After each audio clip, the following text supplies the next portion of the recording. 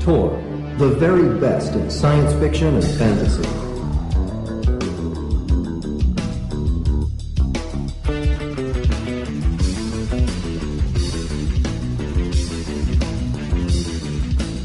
It's Friday, August 31st, 2007. I'm Patrick Nielsen Hayden. Welcome back to the Tor Books Podcast, the WorldCon series. I'm still here in Yokohama, Japan, and I'm now here with Cory Doctorow, controversialist, digital visionary, science fiction writer, political activist, and person with an interesting opinion about many things. I like controversialist. I like the idea that somewhere there's a philosophy of controversy. Yeah, that's right. Yeah, it's a sort of an advanced Hegelianism. Yeah, the thing is, Cory is damn primitive Hegelians. Right. What the hell are they on about? Putting on their war paint and chanting thesis, antithesis, synthesis. Anyway, Cory is well known as a advocate of free culture and sort of loose attitude towards copyright and so forth. Sometimes it seemed to me that people think that he's doing this entirely for idealistic reasons, a sort of idealistic belief that information wants to be free and we should just, give away all of our content because it's more virtuous to do so. And in fact, it seems to me that a lot of your positions on this come from a sense that the world is changing whether we want it to or not, and we need to adapt our strategies to that. That as you say, data isn't getting any harder to copy. Yeah, I was just at the Melbourne Writers' Festival, and I did a debate with a guy named Charles Firth, who's an excellent guy from the TV show The Chaser, and he was asked by the con organizers to be the contrary position. So one of the things that we spent a lot of time going around back and forth on is whether or not it's good that information is getting easier to copy. And eventually I said, the problem is that you've mistaken the fact that information is going to get easier and easier to copy in the 21st century as a moral proposition. And it's not. It's a technical proposition. It's just physics, right? Die sizes are changing. Networks are getting faster. Math is getting better. And that's just how it goes. So, we can examine the moral dimensions of this, and that's an interesting place to go. But there's a very practical and pragmatic thing, which is regardless of whether or not it's moral or immoral or fair or unfair, bits are getting easier to copy. Right, as I said in our podcast last night, you can now buy a terabyte hard drive from Best Buy. Yeah. I mean, what actually just completely blew me away is I lost the memory card for my camera, and I went to buy another one at Radio Shack, and the 2 gig card that had been $120 4 months before was now $20. And that was at Radio Shack without actually going to frugal.google.com and finding the $12 one. Right. So solid state memory, which for a long time had shelled off, solid state memory prices are going through the floor now. So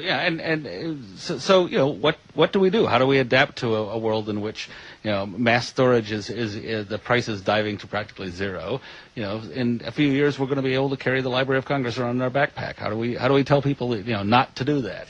Well, it depends on who you mean by we. I think first of all, the question of how do we tell people not to carry the Library of Congress around in their backpack is a profoundly non-science fictional one. Or rather, it would make a really interesting science fiction story about a doomed enterprise. Because I think that for a long time, science fiction writers have set up their audiences to anticipate and revere the possibility that they'll carry around the Library of Congress in a backpack.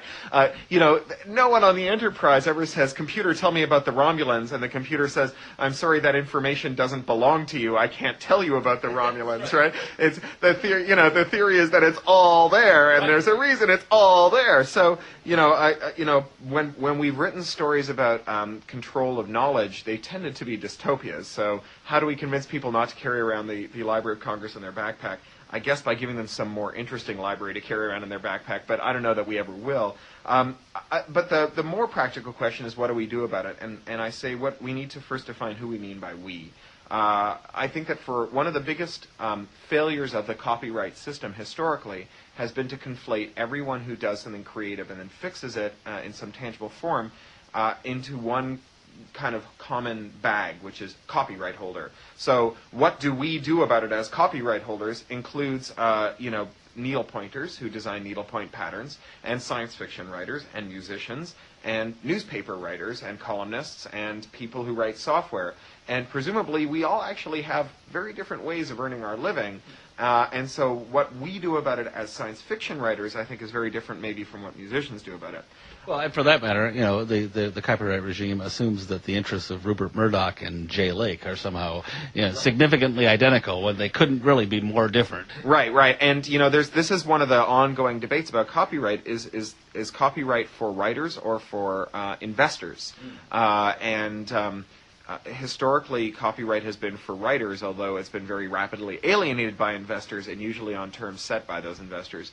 So I think that science fiction writers and writers in general, but science fiction writers in particular, are particularly blessed by this. This is not a curse for us, mostly because I don't think electronic books act as a very good substitute for printed books. I didn't used to think this until I started giving away shitloads of electronic books. Back then, when I started giving away shitloads of electronic books, with your cooperation, right. I thought that electronic books would supplant print books, and so I needed to give them away now so I could see what people did with them and figure out what to do next. What I figured out from that is that people like to download electronic books. They like to browse electronic books. They like to own huge collections of electronic books. They don't like to substitute print books for, electronic books for print books. And I've been kind of noodling with why. I've come to wonder whether that's simply a temporary artifact of the fact that we aren't really quite at the ideal comfortable reader level yet. It's still, the handhelds are still a little hard to read, and the laptops are still a little bit heavy and unwieldy. I feel like we shouldn't count on that being the state of affairs forever. That it could well be that within 5 to 10 years, having a huge library of infinitely copyable electronic books will in fact be just as comfortable as having codexes. So that's the big $1 million question, and it's the Skiffy question, it's the science fiction question. I have an intuition that we don't need to worry about this, and I'll kind of unpack it for you, which is that computer screens are actually pretty good. Although we complain about them, we don't complain about them enough to actually stop using them. I mean, you, me, and everyone we know spends every hour gone. Oh yeah, no. If I had a nickel for every friend of mine says I couldn't imagine reading a novel on a computer screen, who spends 12 hours a day reading blogs on a computer screen, I'd have a big jar of nickels. It's like someone telling you how much they hate chocolate while shoveling ding dongs into their mouth. So I think that when people say stuff that apparently doesn't make any sense, but they say it a lot, there's probably some truth in there that's not being captured by the formal logic of what they're saying, and needs to be unpacked as the subtext. And I think the subtext of it is I don't read long works off of screens. It's not I don't read for long times off of screens, and I'm guilty among these people. And I've been trying to figure out why. And I think that it's because computers are incredibly distracting. Right. They want you to look at the IMs. They want you to look at the emails. They want you to look at the games. They want you to look at the whatever. I think this touches on something, and we were talking about in a panel, in the panel you and I were on yesterday, where we got onto the subject of games and long works of fiction. I basically said they're both trances, but they're different kinds of trances. And I think being in front of a computer screen is yet another kind of trance. It's a trance where you jump from place to place. The blog, the hyperlink is the basic transaction. Yeah, I mean, I think it's telling that, like, one of the hot, sexy areas of free software development and standardization right now is something called Growl, which is a harmonized platform for interrupting you. That's right. Right? I mean, like, because we don't have enough ways of interrupting you, we need a single unified system for interrupting you while you're using your computer. Interface. That's right, yeah. And so I don't doubt that it's technically possible to concentrate for long periods of time in front of a computer. I just think you need monkish iron self-discipline to do this, which is not a characteristic that we tend to associate with reading for pleasure. Right. And it's true that you can take a computer offline and a lot of this goes away, but increasingly a lot of my offline tasks online tasks queue themselves up for offline work, like reading RSS, backed up email, all the rest of it. Computers are getting better at navigating those offline times. And in fact, if you look at the new Google Gears, the new development in Firefox is all about letting you use online apps when you're offline. So this is all very interesting stuff. And at this point, most people say, aha, but what about the special purpose electronic book reader, the Sony Libri Next Generation, when it gets very, very sexy? And to this I say, two things. First of all, reading isn't as popular as you think it is. And, Charlie Strauss says the average American household has 2 books, and one of them is the Bible. It just isn't a hugely popular mainstream activity compared to other activities that compete for that form factor, like gaming. Right, so by reading, I'm taking you to mean reading books. Reading books, yeah. Reading for pleasure, going out and buying books to read for pleasure. What we write, what we publish, and so, the size of, for example, the gaming handheld market is so huge, and the competition to make the best one is so ferocious that the engineering talent, the design talent, and the manufacturing capacity devoted to this is far in excess of anything that will ever be devoted to ebooks, which suggests to me that if we see a viable ebook platform, it will piggyback on something that's very popular and as a result has very low costs at the margin, than on something bespoke, at least, for 20 years until it's so cheap to manufacture this stuff, you print them at home. So someone's at home printing ebook readers, and distributing, and they're, the virtuoso ebook reader designer prints it out. Right. But it's more likely we'll see an iPod or an iPhone or a Game Boy or PSP that's a great ebook reader.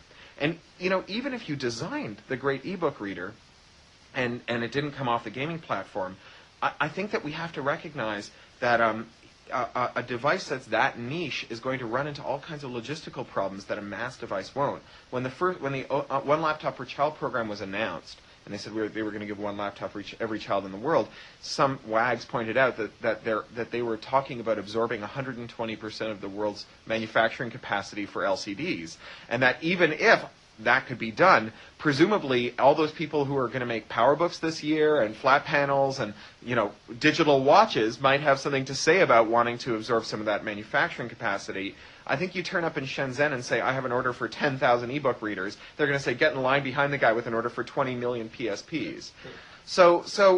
But even if you could accomplish that hurdle, now you walk into the shop and there's 2 devices on the shelf. They're identical ebook readers running e-ink, but one of them, the firmware comes preloaded with MAME, so it plays every arcade game ever invented, and it's got like a GSM chip, and so it can do phone calls. It's got Wi-Fi. It's got an IM client. It's got a browser, music player, video player, and so on. First thing people do with their new ebook reader isn't going to be to read novels. Yeah, well, exactly. And so there's 2 on the shelves. They're both $150. The only substantial difference between them is the firmware. The cost of manufacturing is pretty similar. Marginal cost is pretty similar. Which one are you going to buy, right? Do you have the monkish self-discipline to walk into the store and walk out with the device that only reads ebooks, eschewing all other features? Or will you be as self-deluded as I usually am and say, well, it doesn't matter that there's 20 games on my phone. I'll never play them. I'll read this worthy novel on the airplane instead of playing 400 Hands of Solitaire. I don't think it's plausible. I think that there's something elegant about the codex. You think the codex is going to survive because it's the one device that actually we can in fact concentrate on. Yeah, now because you can't run Solitaire and World of Warcraft on your book. Right. Now here's the spoiler: how long until it gets cheap enough to print books at home? Indeed, yes, right. And Torah's led the way in really cheap home book development with the flat galleys that Tor does. No. Where Tor, if you go to my the download site for my last book, Someone Comes to Town, and you look at the PDFs. I actually borrowed from Teresa Nielsen Hayden, your wife, a layout for printing for lining up PDFs that is a 2-column, 2-sided layout that lets you do 100,000 words in 40 printed pages, stapled down the side like a book. That's really easy to read once. You read them twice, they fall apart. Sure. But it's a great way to do it. I actually do this for every long thing I need to read, and I think you do too now, right? Yeah, pretty much. I mean, I'm currently reading Terry Goodkind's latest novel, which I just printed out in that form just for convenience, because it's easier to carry around 80 sheets of paper than 400 sheets of paper. Yeah, exactly. But that's just a few editors at Tor making use of our fancy 2-sided Xerox machine. Well, I tell you what, that's the kind of thing that I think has the potential to really catch fire. I tell all of my writer friends when they get their first book deal, I say, your publisher is not going to produce enough bound galleys. That's right. They're not going to send them out early enough. They're not going to produce them soon enough, exactly. They're not going to produce them soon enough. That's right. Here's how to make your own bound galleys. With my first novel, with Down Out in the Magic Kingdom, just because I'm kind of a keener, and because I come out of like the DIY world, I printed 100 copies of Down and Out of the Magic Kingdom 6 months before it came out, and gave them to friends looking for blurbs, and they were like $4 a unit, right? The last with the last book with Little Brother that Tor's doing in May, I had Kinko's run 200 copies at the start of the school year, figuring I'd want to give them out to students and other people, and I think the unit cost from Kinko's, which is not the cheapest way to get your copying done, was like 89 cents or something. Yeah. Should we talk about Little Brother since this is a tour podcast? Sure. Give us I mean, obviously, I am quite familiar with this book, but in your own words, give us a rundown of your next book. You're basically departing into the YA world at this point. Well, as you know, Patrick, here in the 21st century, I've written a young adult novel called Little Brother. It's a novel about hacker kids who decide to win back America's Constitution from the Department of Homeland Security. And they execute a series of daring underground stunts to sabotage the Department of Homeland Security's attack on the city of San Francisco following Al-Qaeda's attack on the city of San Francisco. It's an adventure novel, and every chapter in the kind of Encyclopedia Brown tradition tries to explain how to do stuff with technology, real stuff with real technology that exists today that will allow you to get more control over the world, even as people are trying to gain more control over you. And we're even going to do, Instructables is going to do a series of instructions for these. And I'm going to do a whole lot of fun stuff to promote the book. I'm going to do like a Firefox skin that's a Little Brother skin that'll have a copy of Tor, not Tor the publisher, Tor the Onion Router. Tor the Onion Router, right. Which is a system that will help kids get outside their school's network and download copies of the book, because it'll be another Creative Commons download. And at the signings, I'm fiddling around with the idea of making the book signings into key signings as well, so that everyone who shows up will have a web of trust with everyone else who's ever read the book, and we'll be able to actually establish this huge web of trust of people who've read the book who can now communicate in secret with one another. Excellent. Yeah. Well, thank you. This has been, as usual, an interesting conversation. Once again, I'm Patrick Nelson Hayden, signing off on today's Podcasting the WorldCon series. Let's go eat sushi.